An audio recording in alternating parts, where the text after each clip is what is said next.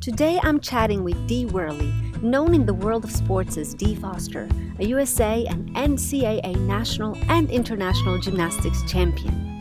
Today, Dee is a sought-after global branding, marketing, PR, and business consulting expert who talks about how a long-lost love helped her to awaken to her purpose. I'm Tai Chi. At 19, I was a superstar, and I was lost inside. I left it all behind, switched continents, and started all over. Years later, I found myself lost again, this time in the American dream. This is a story about awakening, about living the life you were created for, about going inward and discovering the joyous and purposeful person you and I are both meant to be. This is Waking Up in America. Dee, thank you so much for being here. Thank you so much for having me. I am so excited. Me too. You know, every waking up moment in our lives is beautiful because it shifts us to a more purposeful living. Mm-hmm. But I love yours because it's about love. Yeah, it is. So you started out as a gymnast, and you knew you were a gymnast from very, very early on. I did. I mean, when I was 2, I really wanted to start. I'm told I wanted to start. I don't really remember my memories from 2, but when I was 4, I was really serious. And my mom couldn't keep me from bouncing off the walls in the house, and she signed me up at a local YMCA.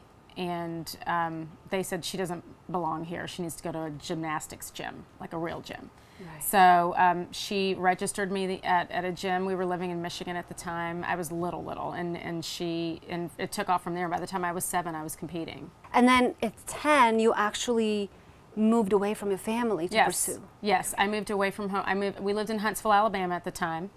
We moved there from Michigan, and I moved to Tuscaloosa, Alabama, which is where the University of Alabama is, and also the university coaches there happened to be the club gymnastics coaches as well. It was a gym called Bama Bounders, and it was my coaches were David and Sarah Patterson. They trained us before they trained the college team in the afternoon, and I was there for 3.5 years, and then I moved to Huntington Beach, California to train with the '84 Olympic coach. And the reason why I asked that is because it really sounds like it was your dream. It wasn't your parents pushing, it wasn't something you were living somebody else's dream. It was really yours. Yeah. And you knew it. Definitely. It was not my parents. I saw Olga Korbut in the Olympics, in the '72 Olympic Games, and I said, that's me. Right. That's what I want to do. And she was, I don't know if you know, she was kind of the anti-Nadia. She was more of an acrobat than a graceful, beautiful gymnast. She was an athlete. And I just really connected with her and identified with sort of the flying high and, risking her neck and with every move. I just got it. And that was what I wanted to do. And when I watched your videos, that's exactly what I sensed. Like, this girl is not afraid to break her neck. Well, afraid makes you break your neck. So you actually can't have fear. If you have any fear at all. In fact, one time I landed on my neck, and the night that I hurt myself, I called my coach and I said, I got to go back in tonight. And I mean, I had a neck brace on, and they told me to be in bed for 3 weeks. And I said, I got to go back in the gym tonight and do this. I have to do this trick again tonight, or I'll never do it again. If the next day passes and I haven't done it, I'll never do it again. Because it will stop you. I would have a block. I would be blocked completely. Interesting. Yeah. So that experience, and you've achieved tremendous success as a gymnast. Mm-hmm. And I just admire you so much for it. Thank because you.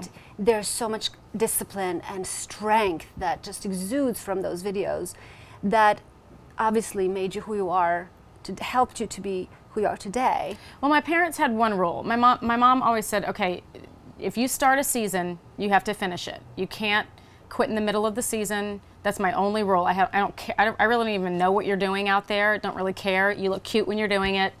That's the beginning and the end of it for me. I'm here to serve you however far you want to go in this. I'm here to facilitate that, but there's no quitting in the middle. So we're going to start each season and finish each season. And at the end of each season, if we need to reevaluate whether or not you want to keep doing it, we'll do that, but no quitting in the middle. That was her only rule. So, and as far as the strength and all of that, you don't really think about it in those terms. Maybe from your vantage point it seems that way, but it was just my life. It was just what I knew to do. It was, you graduate from level to level in the sport and from coach to coach. The training gets harder, the competition in the gym every day gets harder, the competition in meets gets harder, and you just sort of either aspire to win or not. And I just was one that I just wanted to keep going and going and going. I loved it, and it served me while I was trying to serve it. And I heard 2 lessons you already taught me. 1, work through the fear, and 2, don't quit. Yeah. That sounds like, and 3, obviously, it's like a 3rd one that I just realized. If you set your heart to win, you'll win.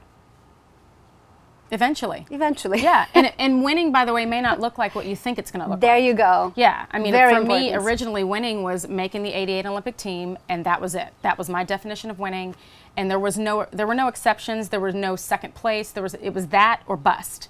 And when I tore up my ankle 2 weeks before the '88 Olympic trials, which inconceivable to me, it never occurred to me that I could get hurt, you know, and not on a level where I wouldn't be able to compete. I mean, we competed hurt all the time, but injured is a different thing. Yes. Competing hurt is par for the course, but competing with an injury that's more difficult. And you start rationalizing. I was like, well, if I had only broken it, if I'd broken my ankle, then I could still compete, because they would just shoot it up and I could just still compete.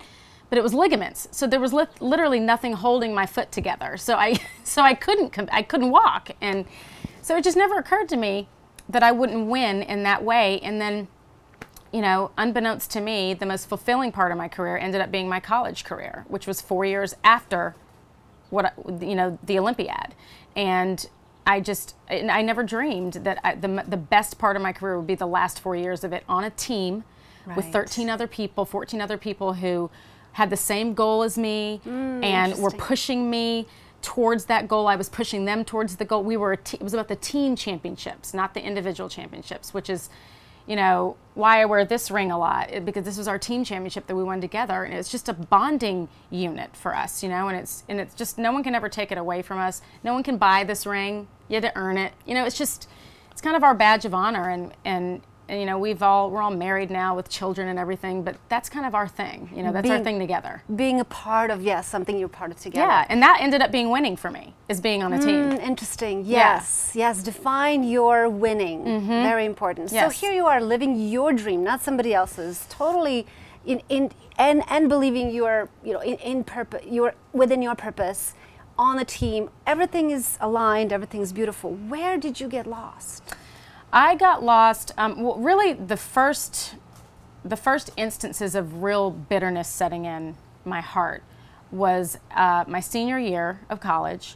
I was ranked really high in the country. I was in the top 3, and I was in the top 3 every year in college. And my freshman year, I won the national championship, and I came in first, second, third, and second in all my 4 years in the all-around. And the second, third, and second places I hate talking about because they weren't first, and it was by the narrowest of margins each time, like a half of an eyelash, and so I didn't really make any mistakes in those meets. I just wasn't as perfect as I needed to be on the #1 stand. So I was really bitter, not necessarily at the sport, or even at judges or anything. I was bitter with myself. I felt like what more could I have done where I could have set a better example for the rest of my life. That second place is not acceptable, and second place is not optional, and third place isn't even don't even discuss it. And so I had this tremendous amount of pressure that I put on myself, and I started getting bitter. And so I took that bitterness and I drove it into my professional life. And I got bit by the public relations bug and the marketing bug and branding, and I moved to Atlanta. I was working with the 1996 Olympic Games, and did that for 3 years, moved to New York, moved to LA, and by the time I got to LA, I was full blown into just, major career or bust. And it sounds like you transferred the winning and the discipline and all this energy. But it was very distorted. It was not healthy. And it was not in a way that was very productive. It looked productive because I was, accelerating in life. I was getting promoted. I was getting jobs I wanted. I was getting, I was, from the outside looking in, it looked really good. But what was going on inside was total destruction. I mean, I was really unhappy. And in between all of that, I was in my relationship with my now husband, who was my then boyfriend when I was in college. And when we broke up, that was contributed a lot to the bitterness. Oh, see. Okay, so I understand. In college, you were dating Tim. Oh, yes. Yes. Okay. Yeah. And then how did that end? I was dating him before college. I started dating him when I was a senior in high school. Oh, wow. So he was a part of that life, that dream that you had. Oh, definitely. I mean, I was going to graduate and get married and have babies. I mean, that's what I was going to do. He betrayed me, unfortunately, while I was a sophomore in college. And he came clean. He told me what happened, and I was devastated. I mean, again, never occurred to me. Just like the injury, my ankle injury, never occurred to me that something like that could happen. I didn't even conceive that he would leave me. I never thought of that, and so it just kind of rocked my whole foundation, and my faith in stability was really shattered. And I didn't think it was possible to have stability outside of myself. It could only come from me, and it was on me, or it wasn't going to happen. Well, it comes from training. You see the results, and so you are in control, really. Exactly. Further away from God and from who you know you are. Yes. You're shutting that off? Yes. Yes, and getting really interested in things that just don't matter. You know, climbing the corporate ladder, climbing the social ladder, living in a certain zip code in LA, you know, having a certain view, having this, having that. So it was about the haves, the having, not so much the being. The being, yes. But the having. And you had the perfect light from the outside, the one that looked we like all see on the television. It looked like it, yes. But it was up to my eyeballs in debt, and and it was a facade. And what it was a facade for was that I was really hurting, and I didn't know how badly I was hurting. I really didn't know the depth of what that breakup did to me. And I'm not blaming Tim. It's not, you know, well, it is his fault. But, but it's not about blame. It's about that I didn't process that pain properly, and I didn't process the hurt properly, and I was really not equipped to handle it. I had just never had any experience. He was my first boyfriend. I didn't know any better. And so I sort of went on a rampage in every area of my life. I was just sort of like a little Tasmanian devil. I was just tearing through things, tearing through employment situations, tearing through boyfriends, tearing through friendships, I just was sort of like a little cyclone, and had no idea how destructive I was being, and I just wasn't pleasant to be around, and I was getting on my own nerves. and it all came to a head in 2009. I had finally gotten married to somebody I was dating. I was 35 years old, almost 36. No, I was 36. And so I waited that long to get married because I really was waiting for Tim. And when it looked like it wasn't going to happen, I got married because I went into escrow on a house in LA. And oh, that's a good reason to get married? Yeah. So yeah, I went into escrow on this house, and I panicked. I'm from the South. I'm a Southern girl, and we just don't go into debt like that with people without being married. So I got married. And I take full responsibility for that. It was completely my design. I was leaning on my own understanding, which was totally warped. I was used to a very formulaic way of living. You know, set a goal, work very hard, achieve the goal, set another goal, work very hard, achieve the goal. That was how life worked for me for a very long time. And when it stopped working that way, when all of these other decisions that I was making started having consequences, because I lived in a bubble when I was an athlete. So outside of the bubble, I really didn't know how to function. And it had nothing to do with me not being raised well or my parents not equipping me. They equipped me very well. I did not manage that equipping effectively, period. And I actually abandoned what I knew to do in certain situations. And I knew better than to harbor bitterness and anger, but I did it anyway. I knew better than to not process breaking up with Tim, but I did it anyway. I knew better than to get into that marriage. I knew better than to buy that house. I just knew better, but I was so ensconced. You know, I was so ingrained in, I call it Lost Angeles, but it was, it was just a real, it can kind of suck you in. You know, yes. I also worked in the entertainment industry, so that didn't help. I worked with, a lot of people who were very driven by success and very driven by next and very driven by the haves. So in 2009, I did my usual Tim search. I did a Tim search about every 6 months for 18 years. Aww. And I could never find him. The best way I can explain it is just a spiritual longing. And it wasn't, I was searching for Tim, but I was really searching for God.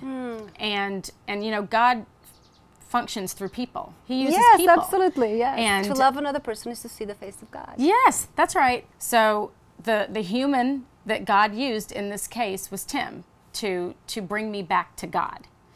Subsequently, the other reward was that I was brought back to Tim too. But the real mission in that whole thing was for me to be brought back to God.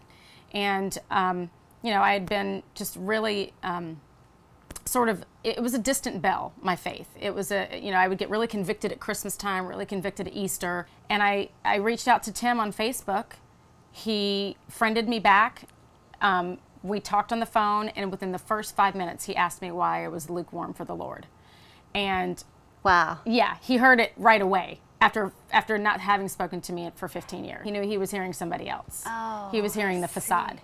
And, you know, because you know, it's 15 years since the last time I've spoken to him, and so I want him to know that I'm not the same 19-year-old whose heart he broke. I want him to know I'm a big girl now, and I'm, you know, I'm an accomplished, you know, woman, and I'm a professional, and this and that. So I'm just going on and on and on about, you know, whatever it is I thought I accomplished in LA, and he's like, yeah, that's nice. He wasn't condemning me, but he heard something that was very foreign to him in terms of how he related to me. Yeah, it sounds like, okay, this is all great, but where's Dee? Exactly. That's exactly what it was. So now here's that wake-up moment where Yes. you're realizing, you're waking up from that fog. Yes. And it comes in form of this man who you longed for, you were looking for. When I moved back to the South and we reconnected, we had to actually learn how to be with each other all over again. We had to learn, we dated, he courted me, you know, we had to learn, but the other layer that was attached to that was I had to forgive him for something that I hadn't forgiven him for yet. So we knew we weren't going to do, you know, sort of a conventional go to therapy route. We weren't going to do that. It had to be a supernatural thing.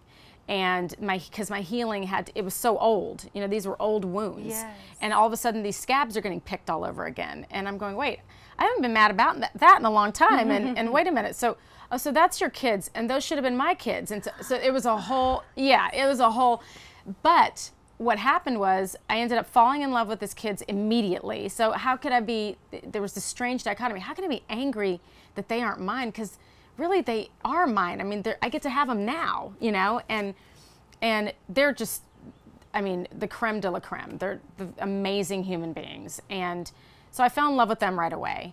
So it was, that was easy in terms of just making the transition from the awkwardness of not knowing what to do with this new life that I'm inheriting and that he's inheriting as well. And I just forgave him from the bottom of my heart. And then I forgave myself for not forgiving him.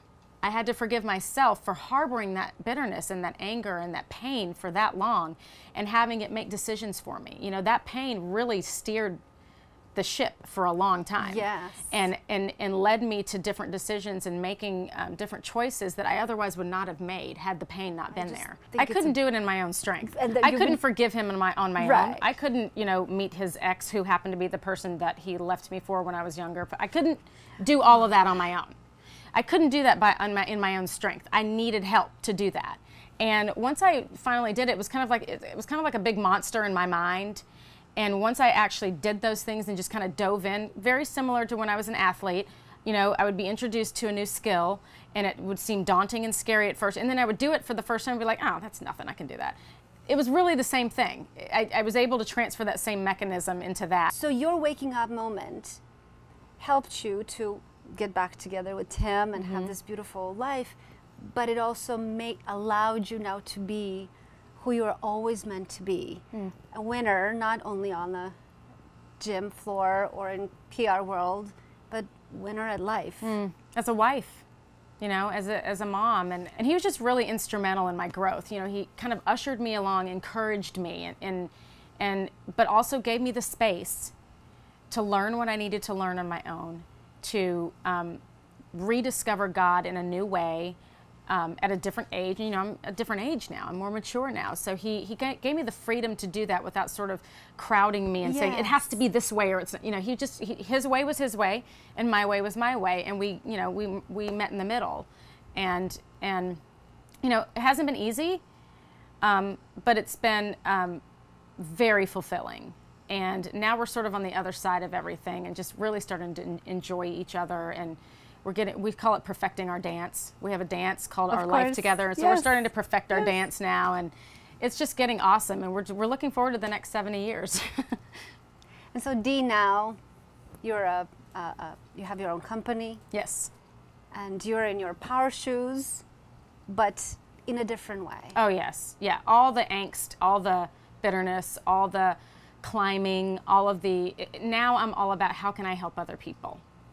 I kind of flipped the switch and I got it. It really was a light bulb moment. I realized, okay, really what made me successful, and I didn't even realize it, was that I was helping people do what they wanted to do. I was helping them achieve their goals. I was helping them reach, their next goal that they wanted to accomplish. And I said, so I get it now. That's really what it's all about. It's not, and then it's sowing and reaping. You sow a certain way, you're going to reap a certain way, but you don't do it to reap. You do it because your heart says, this person needs my help. I have something they don't have, and they need it. Yes. So I'm going to give it to them so that they can flourish. And then thereby extension, somebody else flourishes, and so on and so on. And so it goes. Exactly. Pay it forward. Make beautiful ripples and change the world. That's it. That's it. Well, thank you, Dee. Thank you, Tai Chi. Thank you. Dee's story really is what I just love. I mean, I love your waking up moment and the fact that it is true. Once we open up our heart to love, and some believe it's God, because God is love, some believe it's a source of all life. Once we open our hearts to love, then the healing happens. Yes. The healing in our souls, and then it helps us truly to live the life that we are created for. So remember that, and don't be afraid to open your heart and love. In my conversation with Dee, I kept thinking about the song that I wrote a while back, and Brian, my friend Brian Hansen, thanks for being here. We played together a lot, and he's going to help me to do this song that I keep thinking about, because it's so much about really taking off the masks and coming out of that fog, and just showing up as we are, and believing that that's what we're called to do. I want to tell the world about the way I feel, why I cry. I want to show my tears, laugh real loud. I want to speak to you right from my heart until our walls fall apart. I'm gonna keep on dreaming, and I'll believe, I'll believe.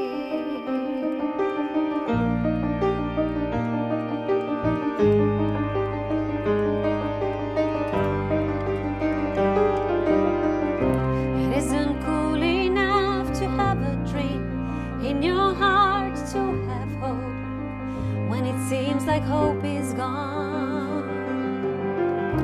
It isn't cool enough to believe we are not the ones who will decide. I don't need the cool stuff, it's already been cold enough in this world where dreams are put to shame. I want to tell the world about the way I feel, why I cry. I want to show my tears, laugh real loud. I want to speak to you right from my heart until our walls fall apart. I'm gonna keep on dreaming, and I'll believe, I'll believe.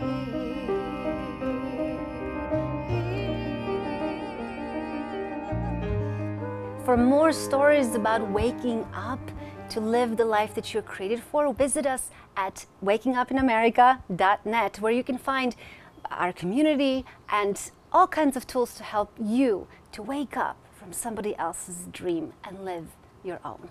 Thank you so much for watching, and see you next time.